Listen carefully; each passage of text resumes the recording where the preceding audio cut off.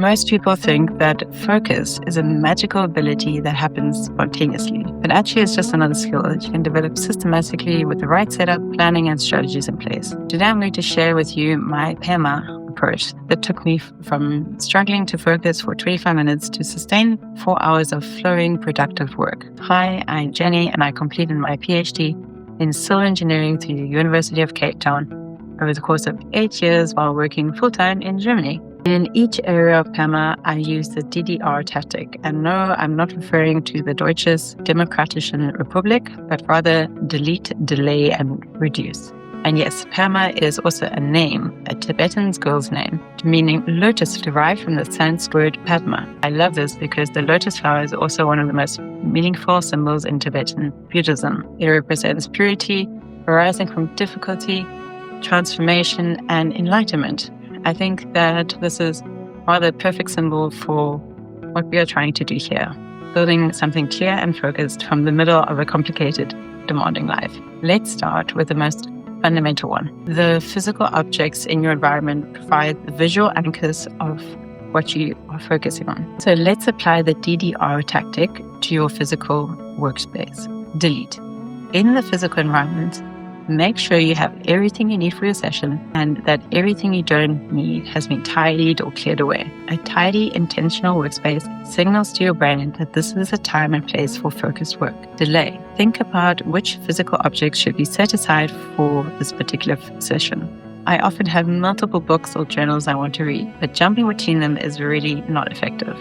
So I create a waiting zone for those materials and keep only the current reading on my desk. Then DDR, reduce. This is about removing anything that might pull your attention mid-session. A half-watered pot plant, a pile of bills, anything that will quietly nag at you while you are trying to think. And here's a fun one. Research published in scientific reports found that even virtual plants, images of greenery, provide cognitive performance and creativity in office environments. So if a real plant feels like too much responsibility, a good photograph of a forest might genuinely help you focus. My own pro tip, if you want some greenery in your space without the upkeep, get some quality artificial plants. Get the visual calm of a natural environment without the moment mid-session when you realize you haven't watered anything in 2 weeks. And of course, reduce other people. If you can have a room to yourself at home or access to a shared office space on the weekends, that uninterrupted physical environment is one of the simplest and most effective things you can set up. And here's the practical tip worth considering. If you sign up for a shared office space or co-working membership, will effectively function most likely as your own private office. Why? Because the evenings and weekends, which are exactly when part-time PhD students tend to do their deep work, are exactly when these spaces are almost entirely empty, at least based on my experience. After going through DDR for your physical space, you should have a workspace that tells you clearly and visibly what this time is for. Next, the emotional setup. This is probably the most important dimension for part-time PhD students. And there is a lot to unpack here. So let's start with a foundation and then we'll refine with DDR. Your relationship with your PhD can be complicated, to say the very least. The one thing that helped me most was creating some healthy separation between myself and my research. There's something that organizational psychology research actively supports. The students who maintain a clear sense of identity separated from their PhD work are significantly less likely to experience burnout and significantly more likely to finish. In other words, you are not your thesis. I found 4 simple things that help build this type of separation. Firstly, reconnecting with my intrinsic motivation. Secondly, a physical reminder. I kept a sticky note on my screen that simply said, I'm not my PhD.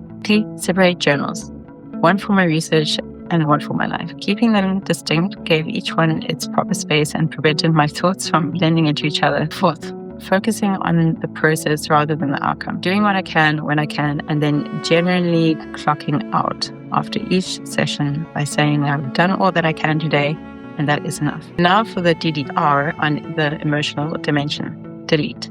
This might feel bold, but consider removing communication with anyone who consistently discourages you specifically about your PhD. You do not need to end the relationship permanently, but protecting your emotional energy during the season is a legit important way of managing it.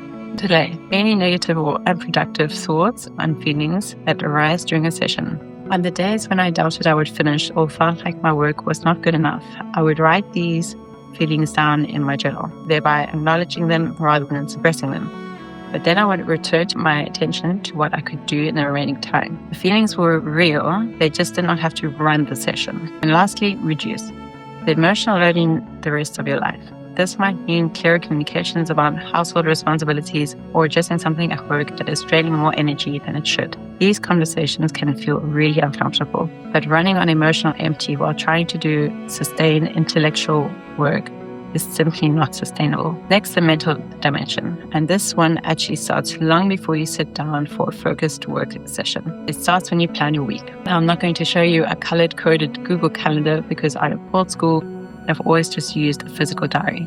A hard copy diary focuses you to creating simple, consistent weekly routines rather than optimizing an elaborate system. When you have a steady routine, the planning burden shrinks, and consistency in your routine builds consistency in your output. When I was in the final stretch of my PhD, my weekend routine was simple. 8 to 2 p.m. was deep work time, without exceptions. During the week, I would try to fit in lighter, shallower PhD tasks around my job. Before a routine becomes solid, schedule it precisely. Exact start time, exact end time. The specific work packages that you want to do in a session, and any resources you might need. Hal Newport found that people who plan their work in explicit time blocks accomplish roughly twice as much per week as those who work reactively and report significantly lower levels of work-related stress. 2 mindsets that really helped me. Firstly, the time is defined and finite. If I did not use it, it was gone. I will return to my family and my life at the agreed time, no exceptions. That boundary made each session feel purposeful rather than open-ended. Secondly, nobody is counting your hours. The measure that matters is the quality and quantity of what I produce in each session. And the timing of your sessions. Research on cognitive performance shows that focused attention relies heavily on the prefrontal cortex and the nervous system's alertness cycle, both of which peak in the morning hours for most people and decline across the day. Scheduling your deep work early and at a consistent time is one of the most evidence-supported ways to protect the quality of your focus. Now, let's DDR the mental dimension. Firstly, delete any thought that you should be using your deep work time for something else. This is your predefined, pre-committed time for your top priority. Let go of the nagging sensation that you should be available, productive, or present somewhere else. Communicate this to the people in your life clearly in advance and probably more than once. Next, delay. Any tasks or thoughts circulating in your head that you know you will have to address later. My practice was to start each session with a brief journaling moment. I wrote down everything I needed to remember or deal with after the session. Once it was on paper, my brain could let it go and return to the work in front of me.